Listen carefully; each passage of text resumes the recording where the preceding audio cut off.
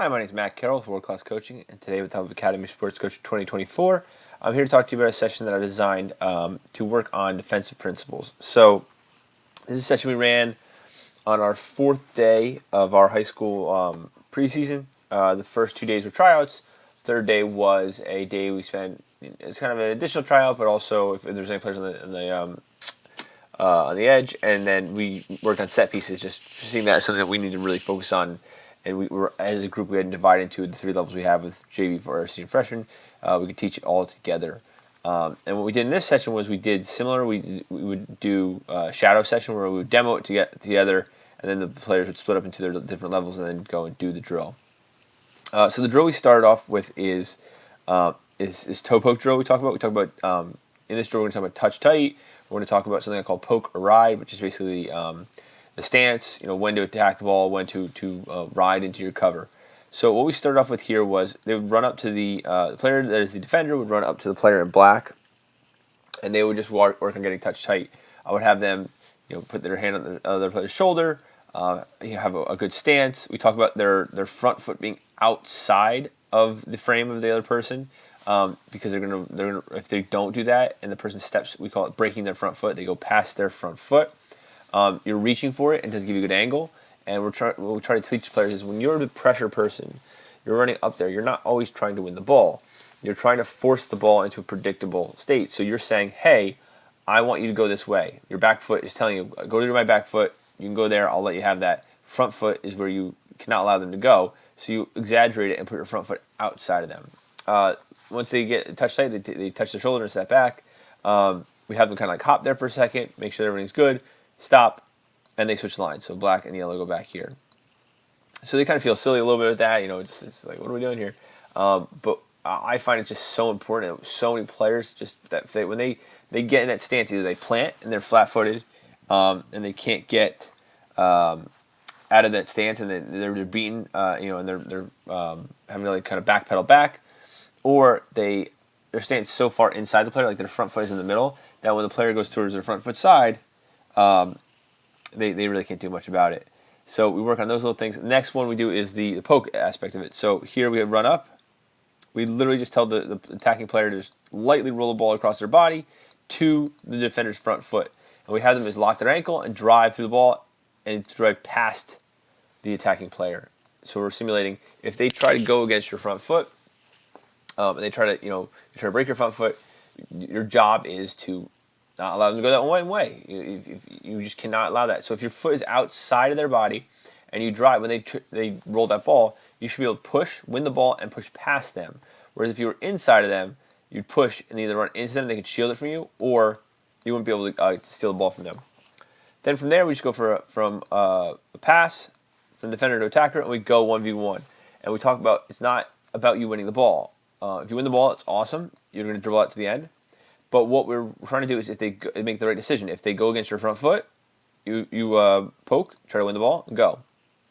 If they don't win the ball, or if they go to your back foot, we're going to try to ride them out of bounds, so they just kind of get funneled out of bounds here. We talk about that a lot with, your cover is going to be there. You're trying to make play predictable. You're trying to tell them that, you're taking the player out of a danger. You're creating a lower percentage angle for the attacker. So you can ride them out of bounds into the touch lines here. We consider that a win. Next, we went to a rondo, a timed rondo. So now we're talking about cover. I think I have too many players facing the one way here. You're trying to get the player to see now how they can pressure the ball into their cover. So we talk about getting the touch tight stance, getting the ball down, and we'll talk about, hey, so if you're here and we don't get pressure on the ball, this player essentially can see almost every single player on the pitch. We get here, their line of vision is cut off.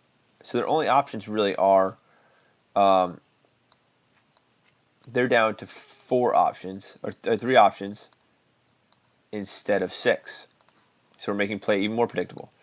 Now, with the cover player, they should cut off this for balance. So we're cutting it down to 2.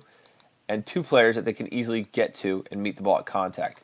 So here we'll also talk about pressing cues, pressing the bad touch, making sure we get there on the, really focusing on getting there on their first touch, meeting them at contact, back turn, weak foot, all those kind of things. So you have this player, if they go to the front foot, they poke. If not, they ride. They make it predictable. This player passes here. This player is able to meet, jump. This player drops off, and we go from there. So those are the coaching points.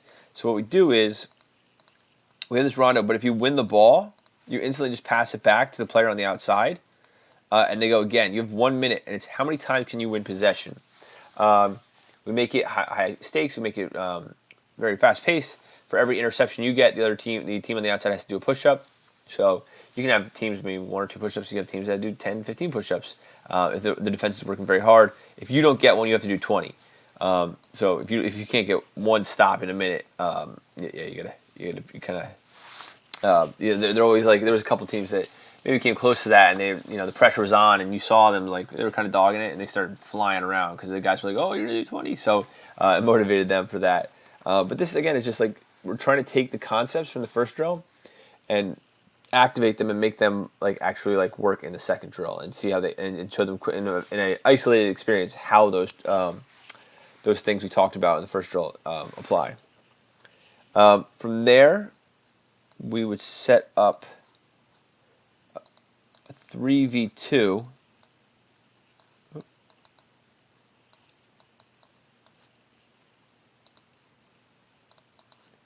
So getting, again, a little more game-like here. We have a goal here and a goal here. We go 3v2, and we'll talk about making the field smaller. So if they are able to open up the entire field and play, they have a numerical advantage, they should be able to use more of the field. But if this player is able to cut off this angle, right, they can't play through ball or anything because the players touch tight, we get their head down, we're forcing them away, we can make this play much more predictable. So slides here, this player tries to go forward, cuts off the angle, and we're cutting off the angle by being pressured here. We're cutting off the angle for the long switch. And what we look to then do is if we can get it, steal the ball, and try to score. So we're talking about not just now the defensive aspect of it, but we're talking about defensive transitions and how that we move out of that. From there, we went to a half field with a breakout, just playing half field with 3 goals, set up clear that. 3 goals just set up. 1 here, 1 here, 1 here. We try to make them tiny, so again, it's not so easy. But then we talk about the attacking team, how you're trying to funnel them away when they lose possession, trying to funnel them away from these small goals, win the ball, make it predictable, not allow them to switch all the sides and go score. So both sides, although they're attacking and defending, we're teaching defensive concepts in both of these. And from there, I'd go into a scrimmage, and hopefully we see a lot of that come out into the session. So I brought up a lot of coaching points for our defensive work. In the comment section, I'd love to hear some of the ways that you teach defensive work, or some of the verbiage that you use, such as I say poke or ride, break the front foot, play in their shadow, which means getting behind the player. You don't want the player in your shadow because then you can't see them, all that kind of stuff. So I'd love to hear how you kind of explain it and make it accessible to your players. So once again, my name is Matt Carroll with World Class Coaching and the help of Academy Sports Coach 2024. I hope the session finds you well.